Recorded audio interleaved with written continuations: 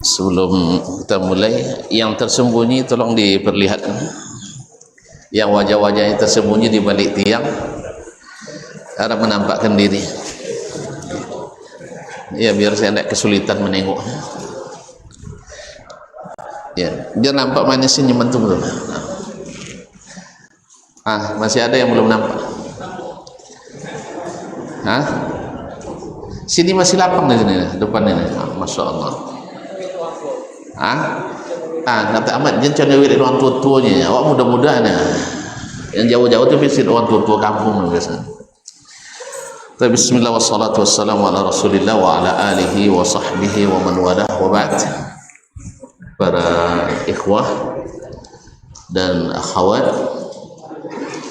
dari pimpinan Yayasan Cabang, pimpinan Ma'ahid dan Markaz, para mudara, para kepala sekolah, para kabid dan kasih, serta saudara-saudaraku para ustadz, ustazah,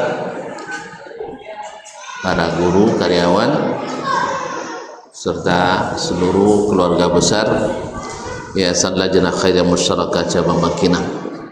Alhamdulillah, walaupun hanya sekali sebulan, tapi mudah-mudahan Allah berikan keberkahan. Bersyukur kita masih bisa diberikan waktu dan kesempatan serta kesehatan badan, dan tentu saja adalah dorongan keinginan, azam dan kehendak yang melahirkan niat, mudah-mudahan lillahi ta'ala, bukan karena terpaksa. Karena terpaksa tapi tak rela, itu menyakitkan. Tapi kalau ikhlas, tulus, itu melapangkan. Itu saya mengajak diri saya sendiri, kita semua, mudah-mudahan pertemuan ini kita nikmati, sebab jarang-jarang saya bisa melihat antum. Nah, sekarang di kesempatan ini kita bisa saling menatap dan mudah-mudahan saling berharap, mudah-mudahan semuanya masuk surga, amin. Kita tidak tahu dari amalan kita mana yang membuat kita masuk surga. Berapa banyak satu kata sederhana tapi sangat bermakna, mengubah jalan hidup, mengubah sejarah. Itu yang terjadi dengan Nabi dan para sahabatnya dulu. Sebagian sahabat sebelum masuk Islam ogah-ogahan mendengar Nabi bacakan Al-Quran, tapi kadang-kadang secara kebetulan, walaupun sebenarnya ditakdirkan, terpaksa mendengarkan Nabi alaihissalam, dan ketika itu waqaral iman, masuk iman ke dalam hati. Ada yang karena mendengar Nabi salat membaca surat At-Tur, ada yang karena melihat Nabi alaihissalam beradab dan berakhlak ketika bertutur, dan lain-lain. Dalam kehidupan kita juga berapa banyak saudara-saudara kita hanya melontarkan atau melakukan sesuatu perbuatan kecil, ternyata tepat pula waktu ijabah yang membuat air mata meleleh, hati pun tersentuh. Akhirnya dari itu mulai pintu hidayah. Oleh itu kaum muslimin dan muslimat yang dirahmati Allah SWT, kita tidak boleh meremehkan sekecil apapun kebaikan. Maka kehadiran antunna semuanya adalah kebaikan yang luar biasa, sangat berharga bagi kita semua. Walaupun sambil ngantuk-ngantuk tidak masalah, ya, ngantuk-ngantuk pun tidak masalah, pokoknya dapat hadiah. Jadi oleh sebab itu sekali lagi, insya Allah kan seperti biasa, tak terasa pun sampai sejam selesai. Insya Allah jam 5 kita selesai. Kalau antum mau sebelum jam 5 tidak ada masalah. Tidak ada masalah. Yang penting asal sudah jelas, terang, dan kita sudah sama-sama terang. Baiklah ikhwani ya akhwati billah, salawat dan salam kepada Nabi alaihi salatu wassalam. Mudah-mudahan kita diberikan kemampuan mencontoh dan mengikuti. Memang tidak mudah, tapi kalau Allah yang berikan taufik, kadang-kadang tanpa kita upayakan, tapi Allah berikan kemudahan. Baiklah, melanjutkan kaji kita dalam kitab yang kecil ini tapi besar manfaatnya, Mujma'u Usuli Ahli Sunnati wal Jamaah fil Aqidah. Ya, ini penulisnya walaupun badannya kecil tapi masya Allah otaknya besar. Nah, Profesor Dr. Nasir bin Abdul Karim Al-Aqil, hafizahullah. Sampai kita pada masalah yang ke-11 dari At-Tauhid Al-Ilmi Al-I'tiqadi, yaitu mentauhidkan Allah secara ilmiah dan secara keyakinan, yaitu berupa pengetahuan yang harus diyakini, wajib kita ketahui dan wajib kita yakini. Yang ke-11 adalah al-imanu bi syafa'atin Nabi sallallahu alaihi wasallam, meyakini adanya syafaat Nabi sallallahu alaihi wasallam, wa syafa'atil anbiya'i wal malaikah, dan syafaat dari para nabi dan para malaikat, wassalihin, dan orang-orang saleh, wa ghairihim yaumal qiyamah, dan selain mereka pada hari kiamat. Semisal syafaat anak kepada orang tuanya, khususnya para mujahidin, para syuhada, atau para penghafal Al-Quran, atau anak-anak yang diwafatkan sebelum balik, anak-anak yang diwafatkan sebelum baliknya, atau sesama kita yang duduk di majelis seperti ini, seperti dalam hadis dari Imam Ahmad dengan sanad hasan, bahwa kita di akhirat nanti karena selalu sering bersama, tentu kita akan sering mencari, apalagi bila duduk di majelis ilmu. Bila tidak terlihat, maka kita akan mencari cepat. Di mana saudara kita? Ternyata mereka mungkin karena ada sesuatu akhirnya harus masuk ke neraka dulu, na'udzubillah. Lalu para saudara yang dulu selalu bersama dalam ketaatan tidak rela melihat saudara dalam siksaan, akhirnya memohon kepada Allah, ya Allah, kami tidak bisa menikmati sampai saudara kami bergabung kembali dengan kami. Maka Allah izinkan mereka sama-sama memberikan syafaat kepada kita, akhirnya dikeluarkan dengan izin Al-Karim Ar-Rahman, kama ja'a fi tafsilihi fil adillati sahihah, seperti yang disebutkan secara rinci dalam dalil-dalil yang sahih. Ma'asyiral ikhwah yang dirahmati Allah, mengimani adanya syafaat adalah sangat memberi kita kesemangat, karena walaupun misalnya kita tidak membawa bekal yang sangat besar, tetapi harapan tak pernah pupus. Antum misalnya di hari Jumat ini selalu berselawat kepada Nabi, bahkan sejak malam harinya. Lalu kita ingat kata Nabi alaihissalam, as'adun nasi bi syafa'ati yawmal qiyamah aktsaruhum alayya salatan. Orang yang paling berbahagia mendapatkan syafaatku pada hari kiamat adalah yang paling banyak kepada aku berselawat. Nah, siapa yang tidak ingin? Antum ibarat berurusan di sebuah instansi atau institusi pendidikan, nak lancar urusannya selalu cari koneksi orang dalam, katanya orang dalam, artinya orang-orang yang bisa memperlancar urusan atau meringankan dan menghilangkan halangan. Dan itu berlaku pada hari kiamat nanti. Kita dalam kesulitan besar, lalu Allah yang maha besar mengizinkan kepada Nabi besar untuk meringankan hisab atau menyegerakan hisab di padang mahsyar. Itulah Nabi kita alaihi salatu wassalam.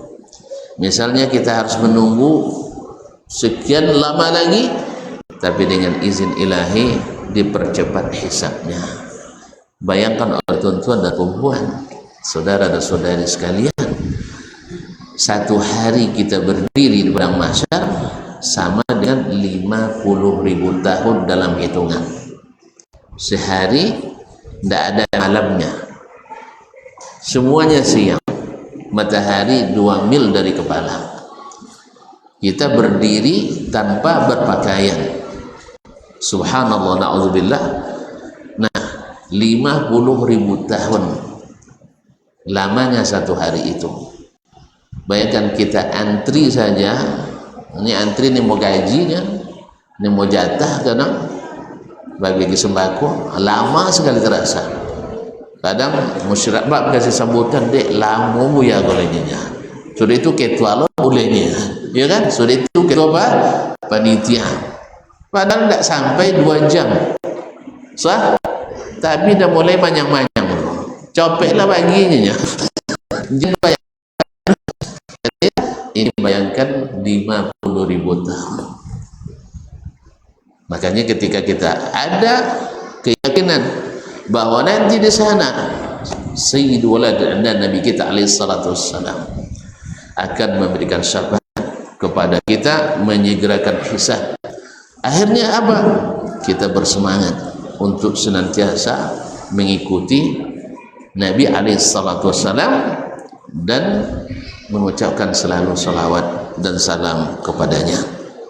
Demikian juga ketika kita meyakini bahwa malaikat pun akan memberikan syafaat kepada kita, maka kita berupaya selalu terlihat oleh para malaikat dalam keadaan dekat dan taat kepada Allah Subhanahu wa taala. Sebab tidak mungkin mereka memberikan syafaat kecuali mereka merekomendasikan kita. Tidak mungkin orang bantu kita, ya, misalnya urusan kita di sebuah kantor, tapi kita adalah orang yang jahat, orang yang tidak pernah terlihat dekat, tidak pernah bikin kebaikan, ahlan wa sahlan, tidak mungkin akan diberikan rekomendasi olehnya. Nah, maka ini juga membuat kita selalu berhati-hati dan mawas diri, karena malaikat itu selalu ada bersama kita. Ma yalfidhu min qawlin illa ladaihi raqibun atid. Dan kita tahulah di antara malaikat ada yang mencari-cari majlis-majlis ilmu dan zikir. Itu pun membuat kita semangat untuk selalu berada di majlis-majlis ilmu dan zikir. Karena ketika mereka datang, Masya Allah, Ustaz Auzan selalu nampak di situ. Yes, ya? Selalu nampak sama malaikat. Malaikat tak lupa, kita lupa, tapi dia tidak.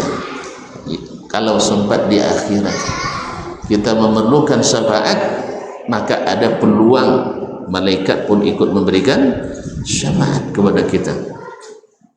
Orang-orang saleh mencintai mereka, seperti kata Imam Asy-Syafi'i rahimahullah, adalah satu kemenangan, satu kemuliaan. Maka kita pun mencintai orang-orang yang saleh, dan mencintai orang saleh membuat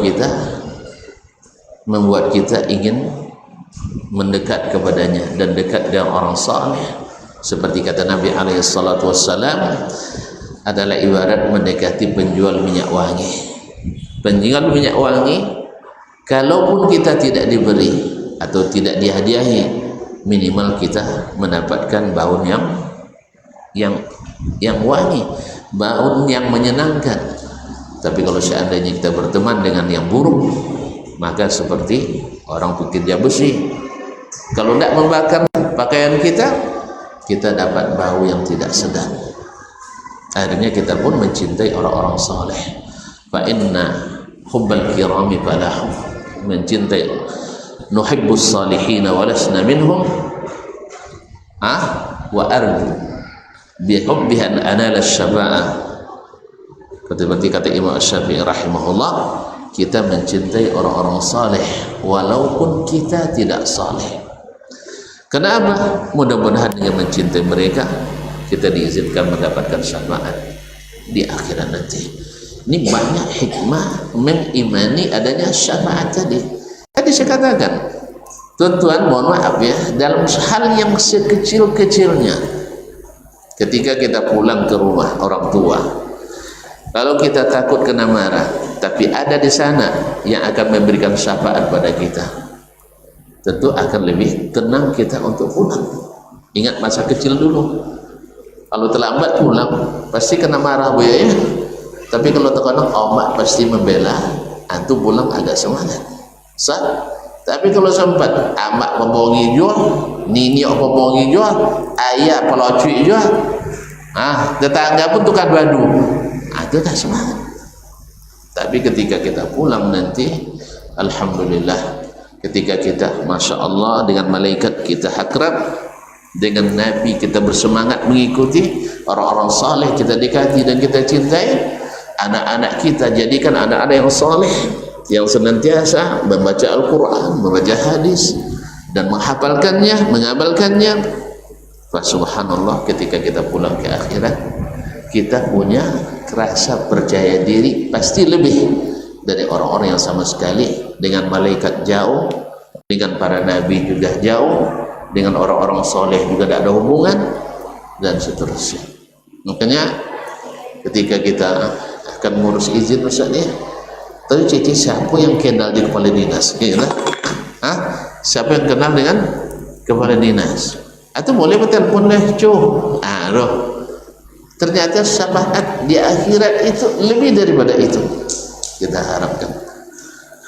Oleh sebab itu kaum muslimin dan muslimat, mengimani hal-hal seperti ini adalah membuat semakin semangat diri. Tapi ingat, syafaat itu tidak diminta kecuali kepada Allah. Karena apa? Man dzalladzi yashfa'u 'indahu illa biiznih. Tidak ada yang bisa memberikan syafaat kecuali dengan izin Allah. Bagi siapa? Liman yasha wa yardah. Bagi siapa yang Allah kehendaki memberi syafaat, dan untuk siapa yang Allah ridai mendapat syafaat. Jadi meminta syafaat kepada Nabi saat ini itu tidak tepat, tapi mintalah syafaat kepada Allah dengan cara taat kepada Allah dan Rasulnya sallallahu alaihi wasallam. Karena sebagian orang sekarang meminta kepada Nabi, Nabi sudah tiada. Berdoa kepada Nabi, Nabi tak mendengar doanya. Kalaupun dia mendengar, tidak mengabulkannya karena tidak diajarkannya. Maka kita harus paham pula, untuk meminta syafaat itu adalah kepada Allah, karena hak prerogatifnya hanya pada Allah Subhanahu wa taala. Bukankah Nabi kita dijanjikan sejak saat kemarin lagi, kedulu lagi beliau diutus, dijanjikan akan memberikan syafaatul kubra. Jadi hari kiamat, ketika mereka dalam ketakutan hebat dan rasa galau yang sangat dahsyat, lambat dihisab, mereka pada berharap supaya dicepatkan. Akhirnya mereka berkata, hari ini kita harus minta bantuan para nabi untuk berbicara kepada ilahi, karena semua takut, semua tertunduk. Karena hari itu kaum muslimin ibaratnya kita selesai pekerjaan, selesai habis masa, dan saat menerima atau disanksi, di situ baru kita sadar ternyata yang saya bawa hanya sedikit, beban hutang yang saya bawa sangat banyak. Makanya semua dalam ketakutan, tidak ada yang berani bersuara, bahkan tidak ada yang berani mengangkat pandangan ke mata. Artinya mereka sama-sama berharap mudah-mudahan para nabi sebagai kekasih Allah bisa membantu kita. Akhirnya mereka berkata, barangkali Adam alaihissalam bisa membantu. Mereka datang kepada Adam alaihissalam, ya Adam, innaka abul bashar, wahai Adam, engkau adalah bapaknya umat manusia. Wa qad alimta ma nahnu fihi, engkau sudah lihat sendiri bagaimana keadaan kita pada hari ini. Fashfa' inda rabbik, hendaklah kau memberikan syafaat kepada Rabb, di sisi Rabbmu untuk kami. Lalu Adam alaihissalam ingat kesalahannya dulu. Apa kesalahan Adam? Tidak sabar karena ingin kekal di surga, terpedaya oleh tipu daya acuh iblis. Iblis bilang, Adam, acuh lebih tua pada Waam. Itulah masalahnya. Acuh lah tentu rahasia. Waam kan baru lahir, baru diciptakan. Bahwa kamu dilarang dekat pohon khuldi, dia pula yang kasih nama khuldi kan. Itu supaya apa? Sebab Allah sudah menentukan kalau kau makan itu, kamu kekal di surga seperti malaikat. Semangatlah Adam. Takicudinan tarang. Kenapa? Walam najid lahu azmah. Alhamdulillah. Lam najid lahu azmah, karena tidak kokoh azamnya, gampang goyah dan terpedaya. Padahal ilmu sudah ada. Makanya ikhwani fillah, kita itu tersesat. Mungkin lulus di syahwat, lulus di subuhat, ilmu ada, tetapi kadang-kadang goyah oleh syahwat, atau dua-duanya, syahwat dan subuhat. Ingin lama kekal, ada pula yang mengatakan itu, lupa dia dengan firman Allah, wala taqraba hadhihi syajarah fatakuna minadh dhalimin. Ingat, dalam bab syafaat banyak syubhat. Orang menyuruh kita meminta kepada Nabi alaihi salatu wassalam, dia lupa, man dzalladzi yashfa'u 'indahu illa bi'izni wa ma tanfa'uhum syafa'atus syafi'in. Tidak bermanfaat syafaat siapa pun tanpa izin Allah SWT. Maka jangan minta pada Nabi, tapi minta pada Allah Subhanahu wa taala. Jangan minta sama anak kita, karena yang punya hak untuk memberikan itu hanya Allah Subhanahu wa taala. Maka Adam waktu itu tidak berani. Tapi coba kalian ke Nuh alaihissalam. Nuh awwalur rusul. Nuh adalah rasul pertama. Dia lama sekali berdakwah. Falabitha bihim alfasanatin illa khamsina ama. Tinggal bersama kaumnya 1000 tahun kurang 50. Apa hikmah dosa 1000 tahun kurang 50? Apa dah langsung 70 tahun? Ini kalau dia sabut 1000 banyak lama sah. Kalau atui kena ya.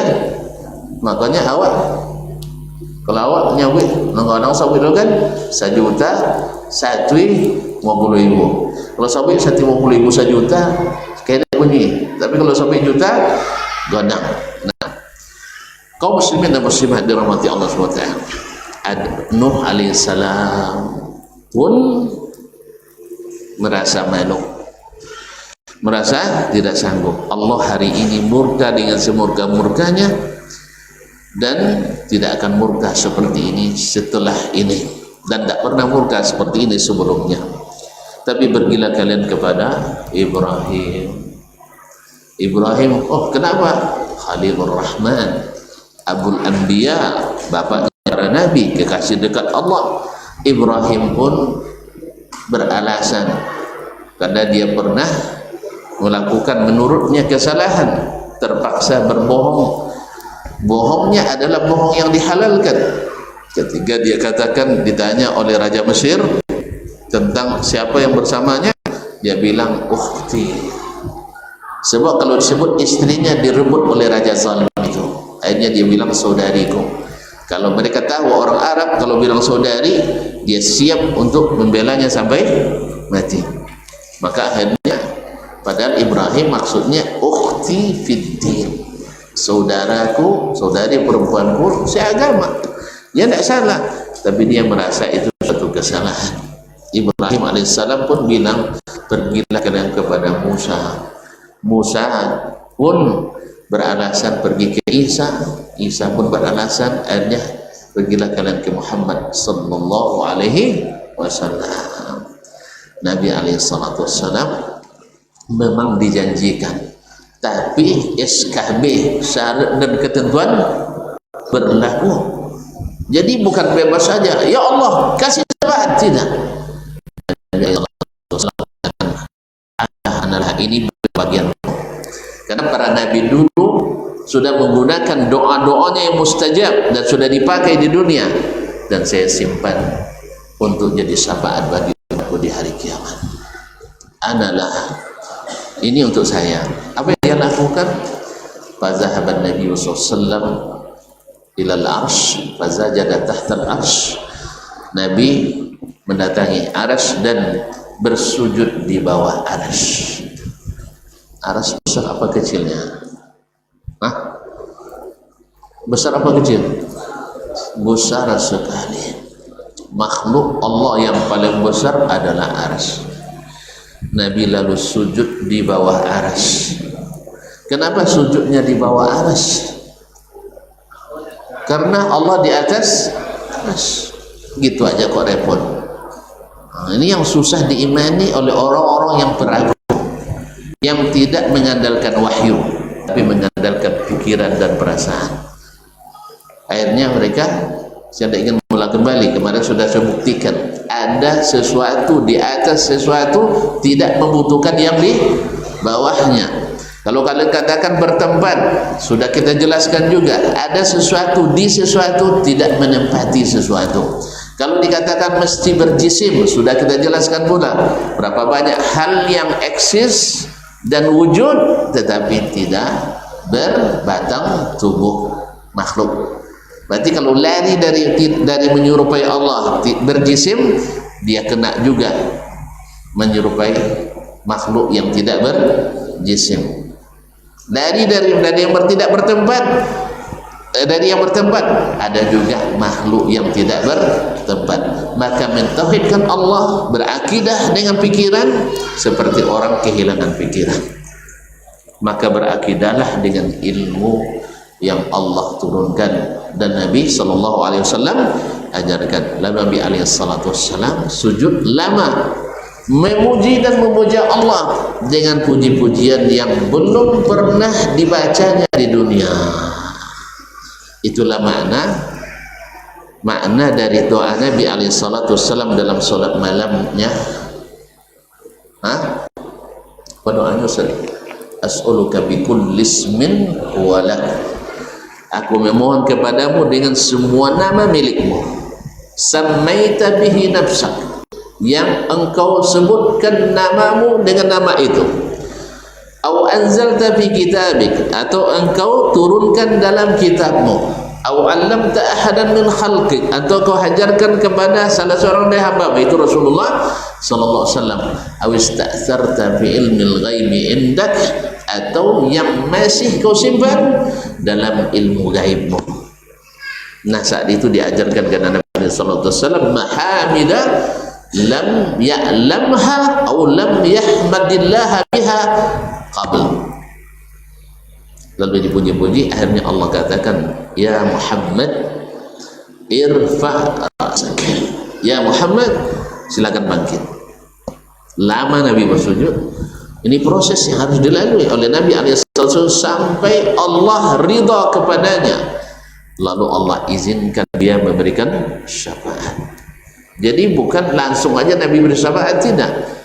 Bukan langsung kita jadi syafaat, harus memohon dulu kepada Allah Subhanahu wa taala. Syarat dan ketentuan berlaku. Akhirnya isfa'tu syabtan. Saat ini saya izinkan kamu bersyafaat, maka berikanlah syafaat, maka disegerakanlah hisab bagi umat yang tadi lama menanti, dan ada yang dihisab atau ada yang dimasukkan surga tanpa hisab. Semoga Allah masukkan kita. Kalau tidak, mudah-mudahan hisab yang dimudahkan, yaitu hisab yang tidak dibuka aib kita di depan khalayak ramai, hisab tertutup. Mana sanang sidang tertutup, sidang terbuka bu ya. Nah ini kan dokter pres kan. Mana lewat sidang tertutup, sidang terbuka. Tertutup itu walaupun dibuka-buka tapi tidak disaksikan orang. Saat itu kita akan jujur, tianya dan tak tantun ngakui lah. Tapi kalau di sidang terbuka mulai beralasan lah. Ustaz, saya gini ya. Jadi sidang terbuka itu berat. Makanya tuan-tuan nanti kalau sempat dipanggil dan berbicara langsung dengan Allah dan tiba-tiba diturunkan sitar, maka akan rasa tenang menyelimuti kita. Tapi kalau seandainya kita disuruh berdiri atau disuruh berdiri dihisab di depan orang, tidak dilindungi sama sekali, ini alasan bertengkarnya. Makanya kata Nabi, man nuqisal hisab uzzib, siapa yang hisabnya dimunakasahkan ya, dimunakasahkan, ada perdebatan, mulut mengingkari, tangan mengakui, mulut mengingkari, kaki menjadi saksi, berbicara langsung, mulai terjadi. Orang seperti ini mesti diazab, mesti diazab. Mudah-mudahan tak satu pun kita yang hisabnya dipermasalahkan. Ma'asyarul kiram. Nah saat itu syafaat sangat-sangat diperlukan. Inilah sebagian daripada hikmah kita mengimani adanya syafaat. Tapi ingat, jangan minta kecuali kepada Allah Subhanahu wa taala. Baik, yang ke-12, barakallahu fikum jami'an, ru'yatul mu'minina li rabbihim yaumal qiyamati fil jannah wa fil mahsyari haqq. Orang-orang beriman melihat roh mereka pada hari kiamat di surga dan di padang mahsyar. Orang-orang beriman. Sebagian orang tidak beriman tentang melihat Allah. Yang tidak beriman punya bukti fisik dalam penelitian? Tidak. Pernah wawancara dengan sumber primer? Tidak. Baik, apa alasan mereka menolak kita melihat Allah SWT? Alasannya tidak lain dan tidak bukan adalah ilmu kira-kira dan ilmu rasa-rasa. Saya kira tidak mungkin Allah dilihat. Apa alasannya? Sebab kalau dilihat mesti berada di suatu tempat, dan kalau dilihat berarti mesti di arah tertentu. Padahal mereka punya kaedah, dan kaedah ini asal muasalnya dari Jahmiyah, dari Mu'tazilah. Tidak di atas, tidak di bawah, tidak di kanan, tidak di kiri, tidak di depan, tidak di belakang. Ada barangnya. Ya ikhwan, ya akhwat, yang cerdas-cerdas tunjuk tangan.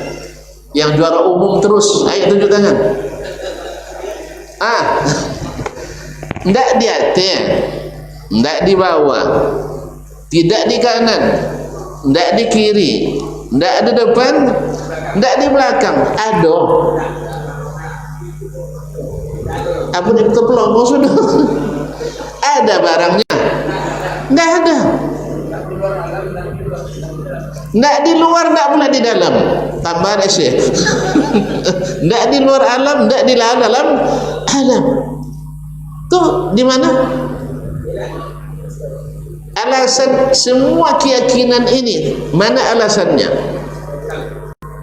Pikiran, perasaan. Saya nak tanya ke tuan-tuan, pikiran dan perasaan ilmu kah atau bukan? Tolong yang ahli pikir tunjukkan, pikiran dan perasaan itu ilmu atau tidak? Tak sepakat macam tu orang. Weh, saya pernah ikut seminar motivasi jadi orang kaya. Pernah ikut tak? Tak pernah ni ya? Bayarannya waktu itu hanya 4.500 rial. Ketong bu ya apa tiro? Kami seminar 3 hari 4.500 rial kali 4.500, 20 juta satu orang. Mahir weh, mahir tak? Mak muah. Kalau ni muah tu bayar lah mahal juga. Saya pun ikut karena dibayarkan. Kalau tidak ada ikut juga. Alhamdulillah. Menurut pikiran saya, setelah seminar itu, apapun yang saya kerjakan langsung kaya. Alhamdulillah, comel je dan kaya 5 kali.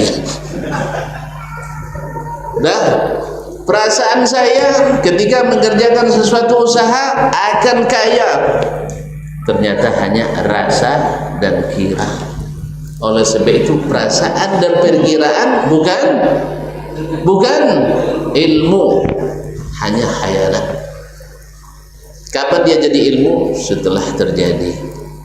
Makanya memikirkan tentang Allah, dan jangankan Allah, yang gaib-gaib saja kalau pakai pikiran, mohon maaf tuan-tuan, takkan sesuai dengan kenyataan.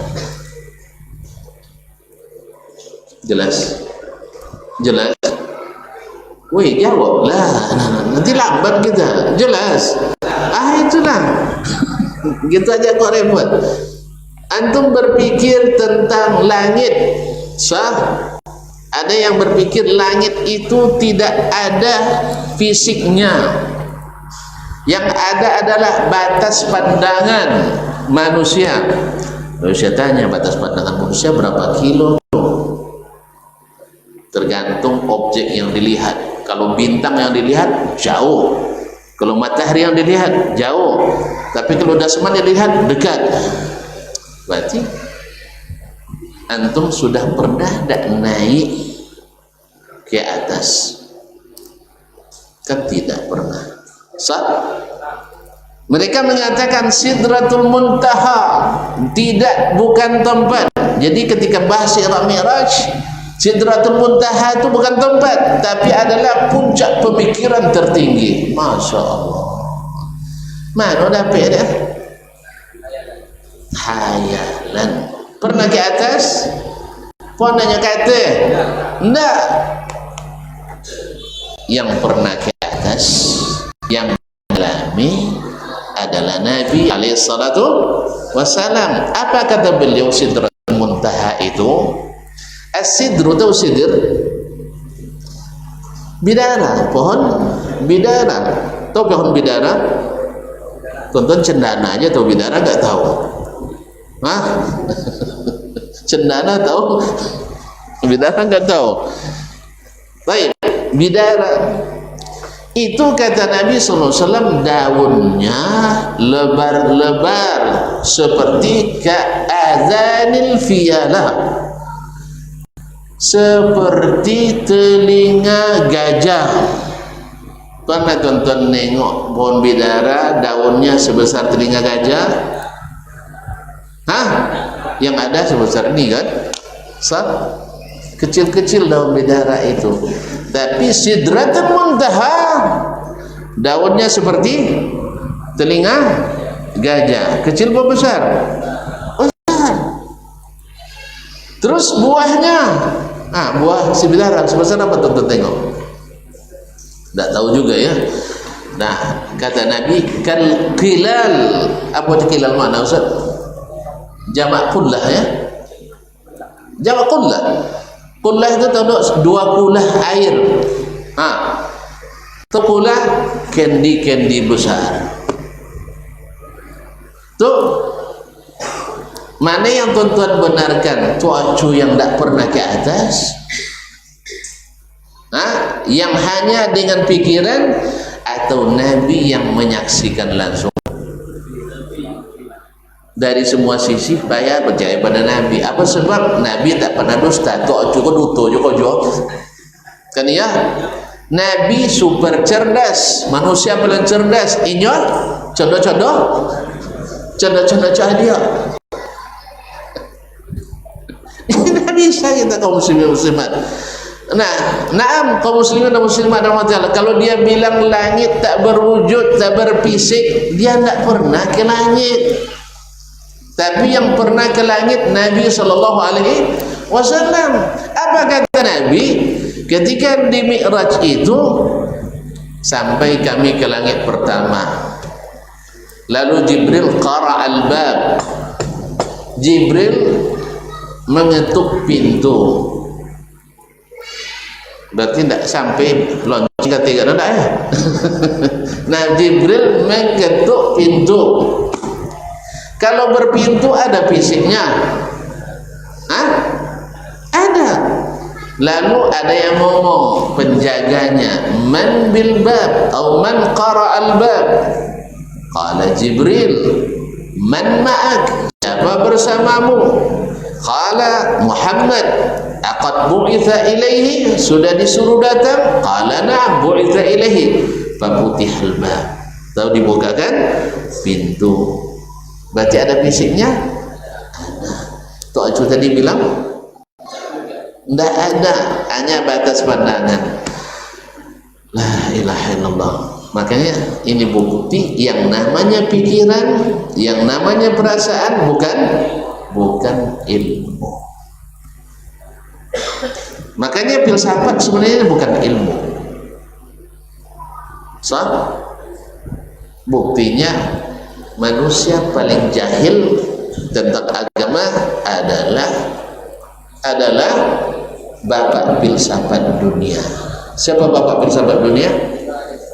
Aristoteles dengan 3 muridnya.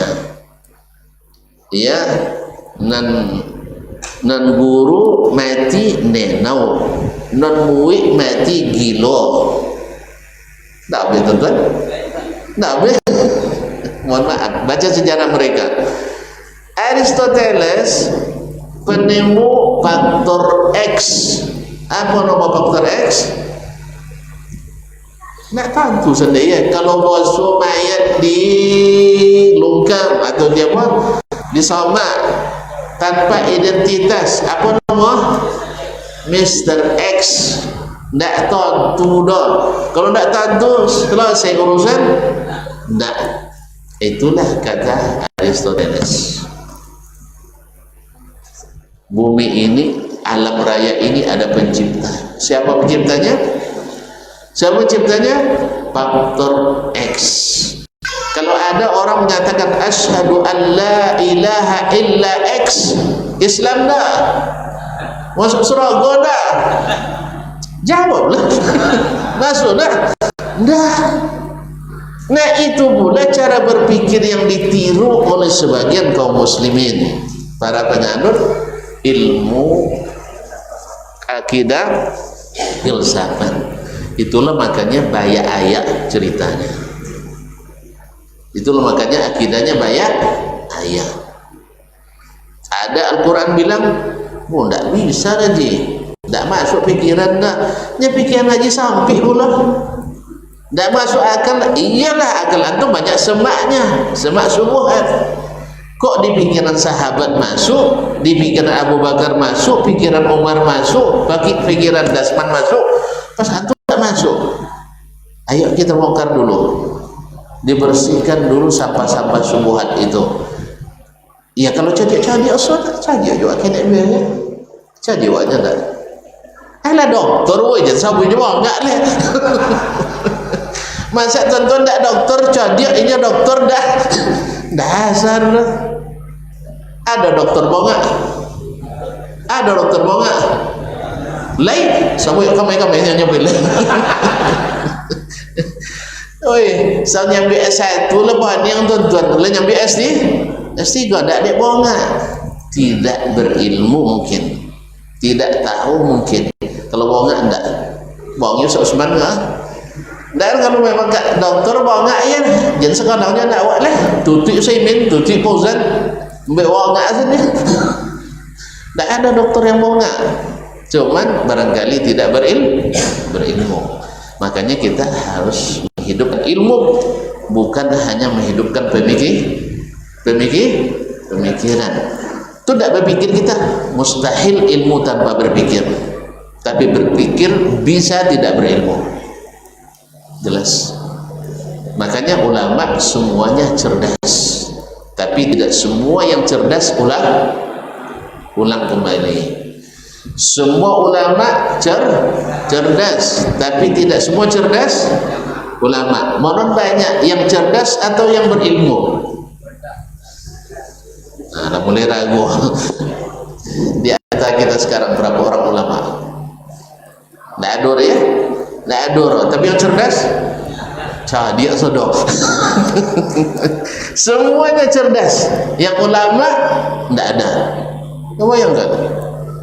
Itu bukti bahwa ulama mesti cerdas. Orang cerdas belum tentu berilmu.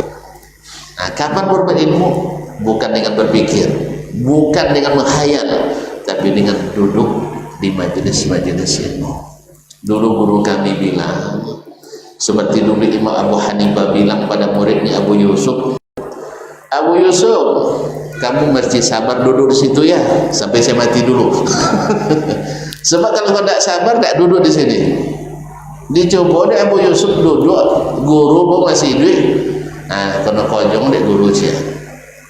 Nah, memang orang kan cenderung pada dai muda, sah, ulama muda. Ketika Abu Yusuf, ketika beliau sakit, dipuji oleh Abu Hanifah. Mosong nanti kalau seandainya saya wafat, yang sangat potensi menggantikan saya adalah Abu Yusuf. Lah sehat kawan. Dicoba buka majlis di Masjid Jami' Kufar. Banyaklah orang pindah ke majlis dia. Maklumlah dai muda sah, lucu pula barangkali dah. Nah, akhirnya banyak yang pindah situ. Abu Hanifah sebagai guru, dan juga dulu beliau yang mengusulkan Abu Yusuf itu untuk menjadi pelajar murid, karena ayahnya dulu tidak percaya dia akan jadi orang besar. Abu Hanifah yang bujuk ayahnya supaya tinggalkan pasar, pindah ke majelis ilmu. Akhirnya apa kata Nabi? Apa terjadi? Banyak di majelis Abu Yusuf, berkurang majelis Abu Hanifah.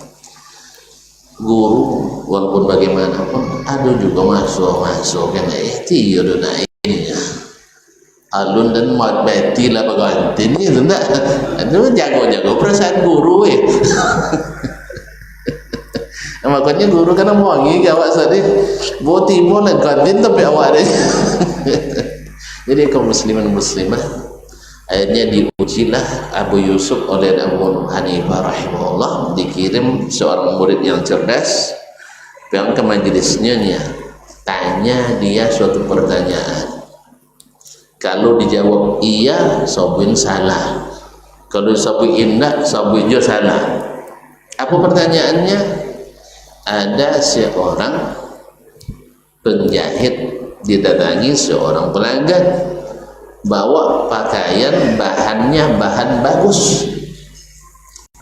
Sang penjahit karena jarang melihat bahan seperti itu, akhirnya dia tidak mengakui ada yang nitip pakaian kepadanya.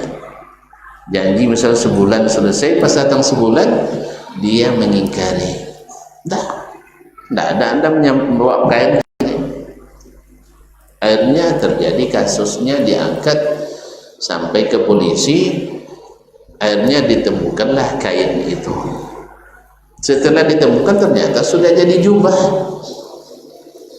Sudah jadi jubah. Nah sekarang ketika mau dikembalikan ke pemilik asli, apakah penjahit itu berhak terima upah atau tidak? Kalau dijawab oleh Abu Yusuf nanti berhak, bilang salah. Kalau dia sebut tidak berhak, bilang juga salah. Apa jawab? Iyo salah, tidak botuh. Akhirnya pergilah orang tadi. Banyak cik buyan. Lalu ditemukan pertanyaan seperti tadi. Menurut Buya, berhak tidak penjahit itu terima upah? Dijawab oleh Bu Yusuf, ya berhaklah, karena dia sudah jahitkan. Kata penanya, salah. Salah. Kalau biar pada Jibril kan tanya Nabi, Jibril tanya Nabi jawab tu aja kan, ikut salah lah. Jadi tak kalau bilang hanya yo josoin ndak nanya salah. Akhirnya Abu Yusuf langsung orang cerdas, langsung paham. Ini pertanyaan bukan dari kamu. Tunjukkan siapa yang nanya. Akhirnya dia tidak mau kasih tahu. Akhirnya Abu Yusuf paham, pasti gurunya. Akhirnya ditinggalkan majlis, pergi ke majlis Abu Hanifah. Datang di arah sini, Syekh nak bertanya, katanya. Abu Hanifah berpaling. Tidak mau jawab. Nah, sampai akhirnya Abu Yusuf duduk lagi di situ dan dia tutup majlisnya. Tapi memang mundur selangkah, maju 1000 langkah. Benar, dia jadi qadir qudat. Setelah itu kemudian menggantikan majlis gurunya, karena memang dia paling patut mendapatkan itu. Maka sabar dulu di situ ya. Insya Allah tidak sampai saya mati lah. Dan itu dulu diulang oleh guru-guru kami di Madinah. Pokoknya Anda sabar ya di situ. Tidak lama Anda akan duduk di sini, maksudnya di posisi, bukan mesti di Madinah, tidak, tapi di sini. Itulah ketika kami di masa kami dulu tidak boleh pula orang asing memberikan kajian di Masjid Nabawi, Masjidil Haram. Pas baru boleh setelah saya pulang baru ada izin itu, aturan itu. Dulu tidak boleh kami ngajar orang asing. Pas awak nak pulang boleh, jadi tidak dapat. Ikut beliau pun jangan tulis kan, jangan tulis, tapi ada potensi sebenarnya. Ala kulli hal, kaum muslimin dan muslimat dirahmati Allah SWT. Jadi ilmu itu perlu dituntut, dipelajari. Sedangkan pemikiran itu ndak sekolah pun tetap jadi. Jadi berpikir itu sudah fitrah, tetapi ilmu memang harus dipelajari dan dicari. Makanya Aristoteles di akhir dari perjalanan pemikirannya adalah kejahilan.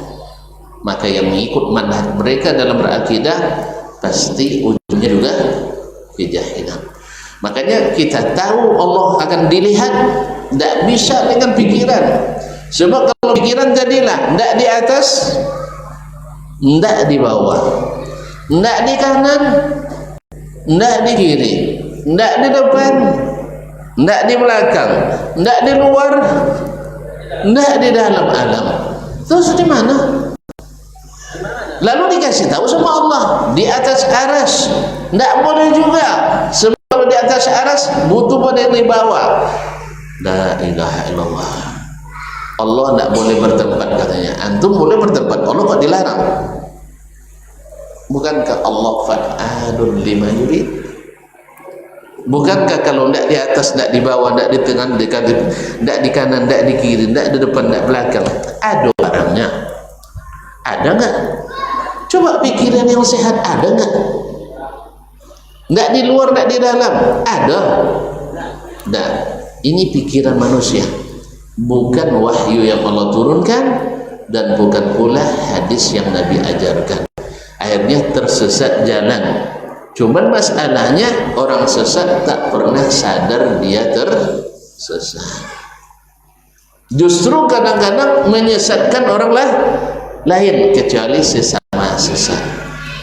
Kecuali sesama sesat. Karena kaidah berlaku sesama sesat tak boleh saling menyesatkan. Akhirnya itulah yang lahir dalam statement seorang guru besar ketika wawancara di televisi nasionalnya, lembaga ini menganut pluralitas berpikir, berpendapat. Asal ada ulama yang mengatakan tak boleh disalahkan. Kalimatnya tidak boleh disalahkan. Asal ada ulama yang mengatakan. Masya Allah, 13 detik saja ucapannya sudah dia batalkan sendiri. Ketika presenter menangkap itu, dia katakan, kalau begitu Tuan Guru, Syekh Wahabi boleh tunggu di sini. Oh, enggak. Enggak boleh rupanya. Apa sebab? Karena sesama sesat tak boleh saling menyesatkan. Kalau Wahabi kan tidak sesat, maka harus disesatkan. Jadi semua aliran boleh hidup di situ, kecuali Wahabi. Kenapa Wahabi tidak boleh? Karena Wahabi tahu mana yang sesat, mana yang tidak sesat. Karena pakai apa? Pakai ilmu, bukan pikiran dan perasaan. Tapi bukan mereka tidak berpikir, karena orang berilmu mesti berpikir, tapi orang berpikir belum tentu berilmu. Oleh itu, untuk mengimani ini hanya dengan ilmu, dengan pikiran susah untuk dimasukkan. Ru'yatul mu'minin li rabbihim, dalam Al-Quran disebutkan, kalla innahum ar-rabbihim yawma idzin la mahjubun.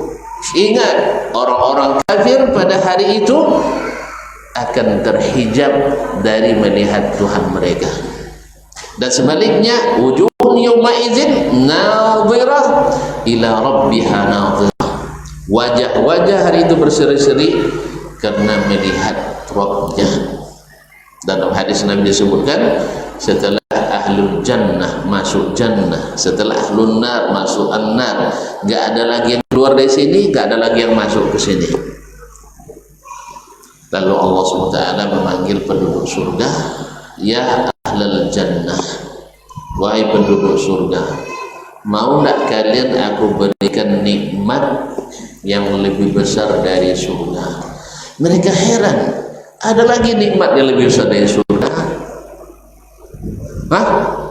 Menurut mereka tidak, tapi ternyata ada. Lalu Allah SWT memperlihatkan wajahnya yang mulia sehingga melupakan mereka pada nikmat-nikmat surga itu. Mau yakini ini. Kalau tidak, Anda akan terhijab. Saya tidak mau terhijab. Oleh sebab itu saya percaya pada firman Allah, yakin dengan sabda Rasulullah, karena yang mengingkari tak pernah punya dalil kecuali pikiran dan perasaan. Kalau antum punya pikiran sesat, saya tidak mengikut tersesat pikiran saya, karena pikiran saya mengikut Al-Quran, mengikut hadis. Pikiran antum mengikut pikiran Aristoteles yang awalnya ragu, ujungnya bimbang. Kalau kita tidak, amanar rasulu bima unzila ilaihi min rabbih wal mu'minun, beriman Rasul kepada apa yang diturunkan kepadanya, demikian pula orang-orang yang beriman. Dan ini terdapat dalam banyak dalil yang sahih. Mau tahu? Kita harus sabar di majelis-majelis ilmu. Tapi kalau tidak, maka yang sedikit ini cukup, hendaknya diulang-ulang supaya kita ketika berpulang tidak jadi orang malam. Ya, kasihan nanti. Dan dikasih ilmu tetapi tetap juga mengikuti pemikiran. Dan dikasih ilmu tetap juga bawa perasaan. Untuk apa Allah mengutus Rasul? Untuk apa Allah menurunkan kitab? Kalau hanya yang berlaku adalah pikiran kita. Ingat, semua aliran sesat lahir dari pikiran atau perasaan. Semua aliran sesat lahir dari pemikiran atau perasaan. Ini pernyataan saya bertunjukkan. Kalau tuan-tuan mau kita ambil golongan sesat sekarang satu-satu, saya tunjukkan nanti. Pendirinya kebanyakan orang cerdas. Bahkan di antara pendirinya ulama, tetapi tidak mengikuti ilmunya, lebih cenderung pada pemikirannya. Kalau mengikuti ilmu pasti selamat. Yang mengikuti pikiran, kalau tidak dibimbing ilmu pasti tersesat. Nasallallahu salamatul afiyah. Kayaknya tanpa terasa waktu habis juga. Dah terang. Sudah terang? Enggak terang, saya ulang. Sudah terang? Alhamdulillah. Terima kasih. Semoga antum selamat pulang dan pergi. Mudah-mudahan jumpa lagi di bulan depan nanti dalam keadaan senang di hati. Mohon maaf ya kalau ada pertanyaan, berarti belum terang. Oleh sebab itu tidak usah bertanya ya dah. Ada juga mau ditanyakan? Dah, tidak usah lah sih. Ada juga sih. Ini kalau yang mudir-mudir ini bertanya risau sih. Baik, terima kasih dan maaf. Wabillahi taufiq wal hidayah. Wallahu taala alam. Wassallallahu ala nabiyyina Muhammad sallam. Wa subhanallahi bihamdik. Asyhadu an la ilaha illa anta astaghfiruka wa atubu ilaik. Wassalamualaikum warahmatullahi wabarakatuh.